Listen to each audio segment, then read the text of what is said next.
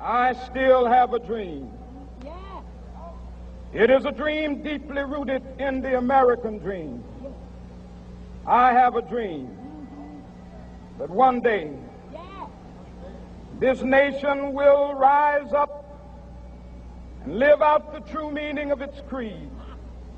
We hold these truths to be self-evident, that all men are created equal.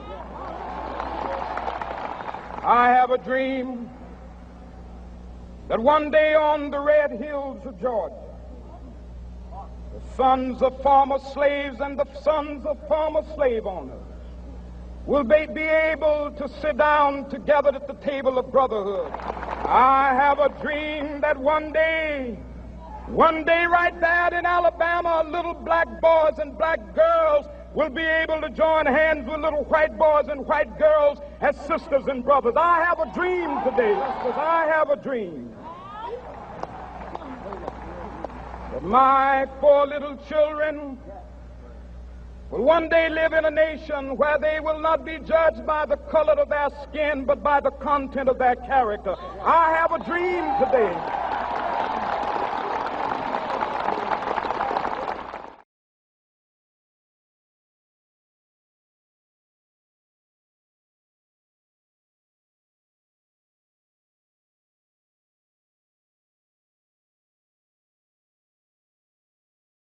Racism.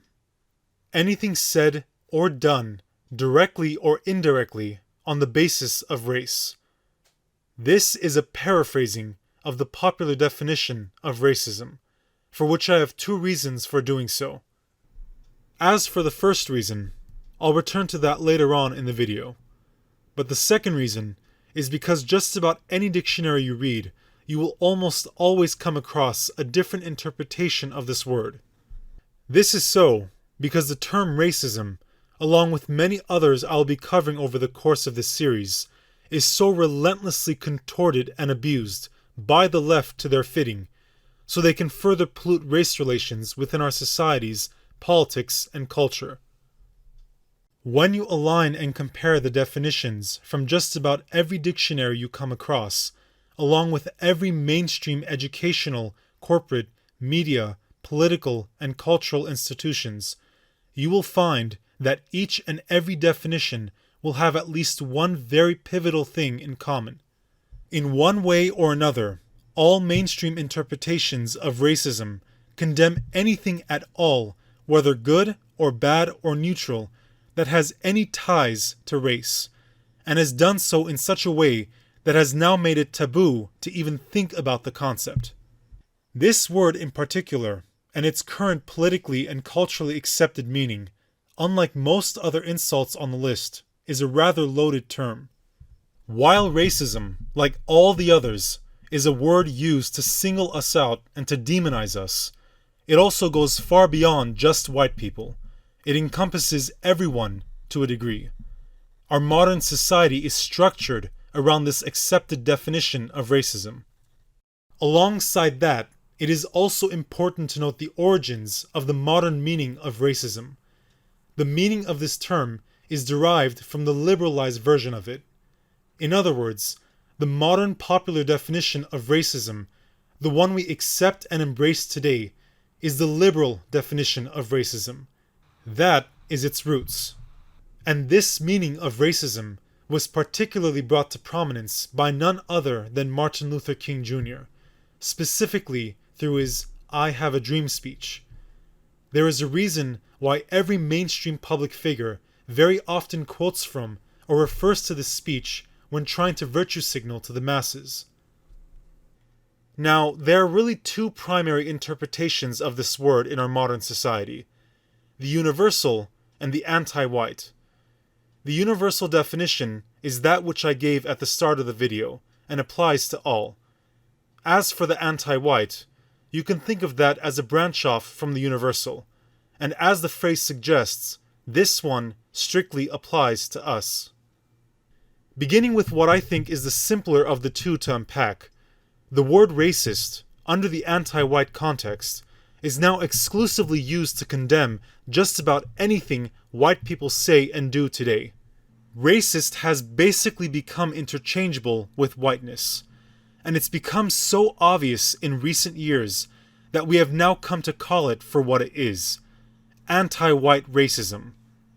However, our political and media elites don't typically say the phrase anti-white racism when referring to anyone or anything associated with white people or their doings. They, for now, usually hide the anti-white part from the public and just go with the word racism. It's one of those things where just about everyone knows which group of people is being referred to when someone hollers racist at the top of their lungs, but no one openly mentions the color of that group. Not yet, anyways. But as the madness continues to descend over us, it will become more and more acceptable to openly and directly call out white people, as they do in South Africa. I don't know what's going to happen in the future. I'm saying to you, we have not called for the killing of white people, at least for now. I can't guarantee the future. Yeah, but I mean, you'd understand somebody watching that, especially as it gets shared on Twitter, they freak out. It sounds like a genocidal call. Cry babies. Cry babies. I'm not calling for the slaughter of white people, at least for now. I can't give a guarantee of the future. So these people, when you want to hit them hard, go after a white man. They feel a terrible pain because you have touched a white man. But we are starting with this whiteness. We are cutting the throat of whiteness. Anti-white racism is especially prevalent when white people do anything that is perceived to exclusively benefit themselves at the cost of other groups, or to disparage non-whites. Anti-white racism is non-whites taking their grievances and blaming us for their unfortunate situations. Anything at all that puts them at a disadvantage, anything that doesn't go their own way, anything that causes them to suffer, anything that places non-whites into bad circumstances and perpetuates those bad circumstances is the fault, and only the fault, of white racism. On the other end, anything that benefits us in any way, anything that makes us more successful, anything that puts us ahead of other groups of people in society, and anything that is uniquely and distinctively white, is also racist. And the trends and events seem to show that what is deemed as racist by white people is becoming increasingly generalized towards their every action. Was it racist to knock a black man out? That is the question of the week. No, stop asking me that. I said no. It's not racist. It's a shitty question. It's a sport. Why is it a shitty question? Why is it a shitty question? Because how does this have anything to do with race? It doesn't. It's a fine question. We got to wake you up. You got to be a part of this conversation. I'm old enough to remember a time when just individual and exceptional cases carried out by whites made the news and were branded as racists. Of course, there still existed a major prejudice against them, but such public incidents were far less common back then, as compared to today. But now, just going to school, making a living, having white children, listening to classical or country music, and even watching birds, yes, birds, are all racist. Just living our daily lives is racist, and will soon become a criminal act. We are solely responsible for their dysfunction and misery, whether we had anything to do with it or not. When in doubt, white racism. Now, any racially conscious white person is aware of these facts, but while white people are the primary targets of this slur, this word encompasses more than just white folks. It encompasses all of society. As leftists often say, it's a systemic issue. This brings us to the universal notion of racism. Universal racism seeks to completely discredit and disregard race of any merit or relevance from our personal lives to how society functions. From how resources are allocated among citizens to how the laws that govern us are written, race is nearly always excluded of any consideration of how society ought to be structured and operated. Even suggesting the idea would be taken as primitive and immoral, and quite possibly Nazi. And those rare but increasing instances of when race is included in legislation is when it's intended to exclusively support minorities. Our focus will be on small businesses on Main Street that aren't wealthy and well-connected, that are facing real economic hardships through no fault of their own. Our priority will be Black, Latino, Asian, and Native American-owned small businesses, women-owned businesses, and finally having equal access to resources needed to reopen and rebuild. As mentioned before, what we know to be as racist today was popularized by the liberals. Liberalism's approach to racism is essentially the colorblind mentality, and that is exactly what they seek to create, a colorblind society. The "I don't see color, I don't see race, race does not matter to me, I judge an individual based on their personal merit and character, and not by their skin color."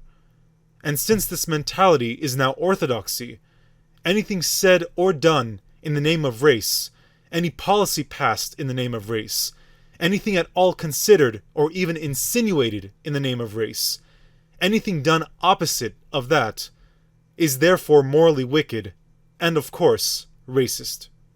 But this is simply just not rooted in reality. But this is now the adopted outlook on race across the Western world, but most notoriously in America. Now that I have gone over the common understanding of what racism is, I want to reveal what racism actually is. But for this particular word, there is a catch. You see, I can't just pull out any source and lay out the definition, because as far as I'm aware, there is literally no source that correctly defines racism. Even the most official and relied upon dictionaries, such as Oxford and Merriam-Webster, get it wrong, probably intentionally. Returning back to that one reason I skipped at the start of this video, here it is. There is no correct definition of racism that exists within the mainstream. As I stated before, any definition used by society in one way or another revolves around the popularly conceived notion of this term. But if you're able to bypass all the emotions, politics, and propaganda that surround this term, and examine the word with common sense and a realistic mind, you will notice that anything said or done, directly or indirectly, on the basis of race, just doesn't make sense. Such a definition does not at all seem to align with basic human behavior, and it's for this reason that I have, quote-unquote, invented my own definition of racism. Now, I know this sounds rather loathsome and ironic. White people are fed up with the meaning of this word constantly changing, and want only to rid themselves of it, not to sit down and reimagine it. I get it, I really do. But when considering that our entire civilization is running on this one single word, like coffee in the morning, a sober approach is desperately needed. My definition is actually not far off from the current one being used. In fact, it picks off from the popular definition word for word, but with one very crucial addition at the end. With that said, my proposed definition is thus: racism, anything said or done, directly or indirectly, on the basis of race, with malicious intent. Unlike the popular, this definition actually takes into consideration the reality of race, for not just whites, but for all of humanity, and thus accurately and fittingly applies to it. I don't deny that racism exists. It very well does exist. White people experience it every day. But for us, as well as society more broadly, racism is in dire need of an accurate definition that can be appropriately applied not to all racial words and actions, but to only malicious words and actions perpetrated in its name, or else we are all racist. An accurate definition will clear up all the confusion surrounding racism and make it easier to understand and how not to practice it. Think about it. We do so many things on the basis of race, sometimes every day. We make some of our biggest life choices in the name of race. Who we decide to surround ourselves with, who our friends are, who we choose to date, marry, and especially have children with. Even where we decide to live, whether a neighborhood, or a small town, or a country, or even a continent. To put this into perspective, taking a broad example, if I amass an army, march into a faraway foreign country, conquer and enslave the people of that land, because I believed that they were less human solely because of their race, then that would demonstrate an act with malicious intent on the basis of race, and would thus be racist. But if I exclude millions of foreigners who seek to immigrate and settle into my country with the intention of maintaining an overwhelming majority of my fellow kinsmen, that I would not call racist. I am excluding foreigners on the basis of their race, not because I have malicious feelings or intentions towards people of other races, but because I wish to preserve my country as the homeland for my people. Another example, this time from an individual approach. If I am walking down the street, and I spot an individual who is a member of a specific racial group, and I go out of my way to cross the street onto his side and viciously beat him up only because of his race, then that would be considered racist. However, if I'm walking down one side of the street and I see an individual, someone who I don't know and have never met, who is a member of a certain racial group that is known to commit the highest rate of violent crime in the city, and I decide to quickly cross the street and walk on the other side of it, that would not be considered racist. In the first scenario, I assaulted the individual for no other reason than because of his race. In the second scenario, I avoided the individual for my own safety, because I am equipped with no other information about him other than his racial appearance, and the fact that his racial group is linked to high rates of violent crime. In both scenarios, I'm acting on the basis of race, but only in one am I doing so with malicious intent. When I am placed into difficult or dangerous circumstances, with a man I do not know, I am left with no other choice but to only judge him based on his race, along with other general attributes.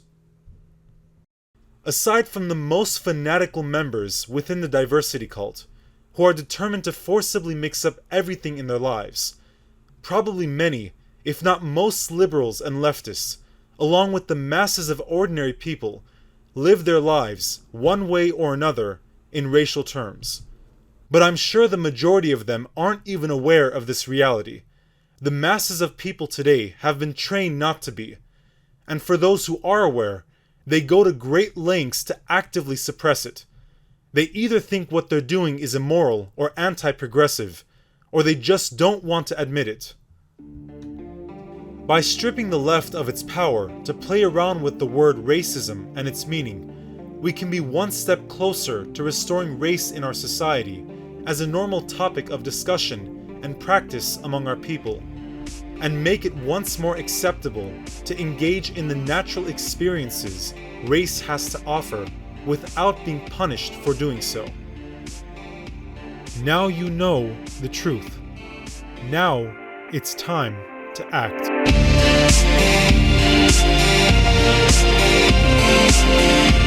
We'll be right back.